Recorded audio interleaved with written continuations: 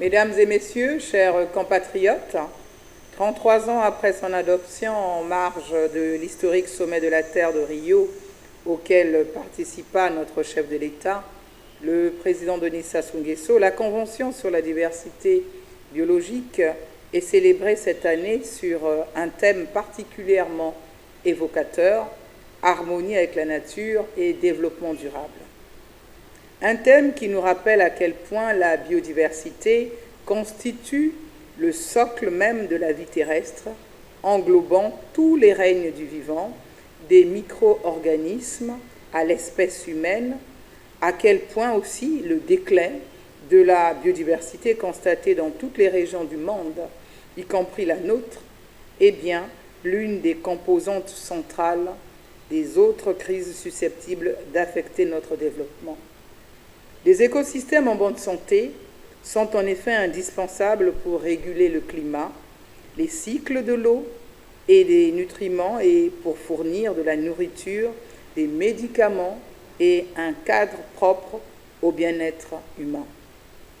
Au contraire, la perte de nature réduit la capacité des forêts et des océans à séquestrer le carbone, limite la disponibilité de l'eau, favorise l'émergence d'agents et de virus pathogènes nuisant à la santé humaine et végétale, compromet la capacité des systèmes agricoles à faire face aux chocs climatiques et épidémiques et aggrave en définitive les inégalités sociales au détriment des populations les plus vulnérables. Mesdames et messieurs, chers compatriotes, nous devons être lucides. Au niveau de réchauffement attendu, si la trajectoire actuelle se poursuit, une espèce de plante ou d'animaux sur 20 est appelée à disparaître au cours des 30 prochaines années. L'impact de la crise climatique sur la biodiversité est en effet établi et l'on sait qu'avec la hausse de la température, le risque d'extinction non seulement augmente, mais s'accélère. La COP16 de Cali sur la biodiversité l'a affirmé, argument scientifique à l'appui, la superficie des aires protégées doit doubler sur Terre et tripler en mer d'ici à 2030 pour atteindre 30% de la surface de la planète.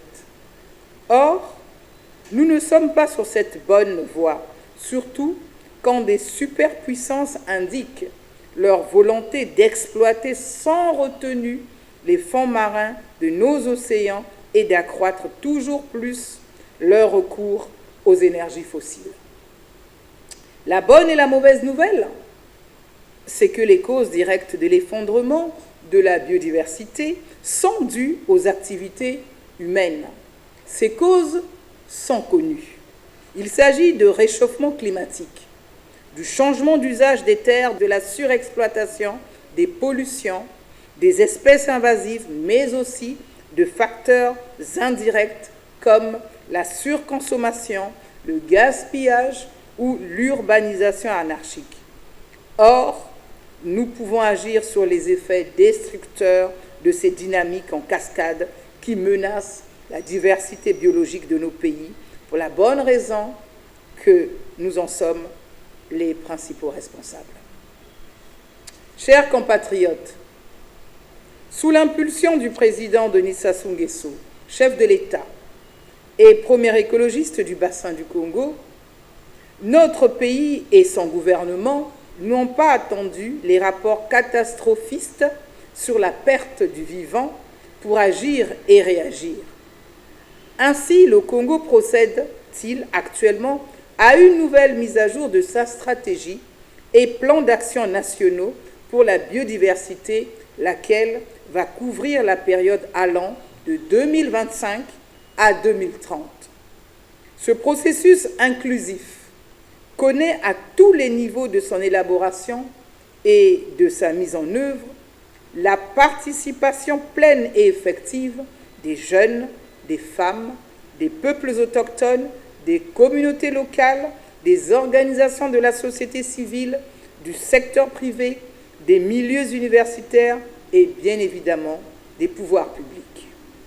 Comment ne pas rappeler également la place incontournable occupée par la nature pour la préservation de la biodiversité au cœur des initiatives internationales portées par notre chef de l'État en tant que président de la Commission climat du bassin du Congo.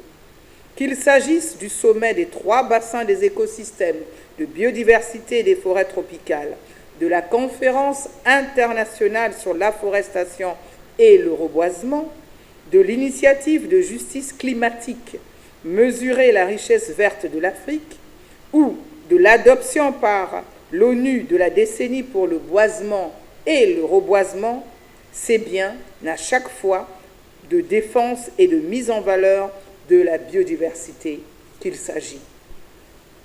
Chers compatriotes, comme le colibri de la fable qui apporte quelques gouttes d'eau dans son bec pour éteindre un incendie de forêt, chacun d'entre nous doit faire sa part pour protéger notre si riche biodiversité.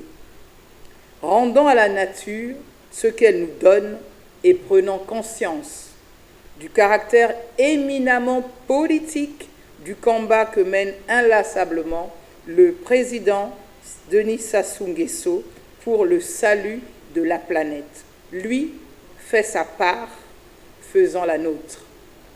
Vive la Journée mondiale de la diversité biologique, vive le Congo vert, durable et responsable. Je vous remercie.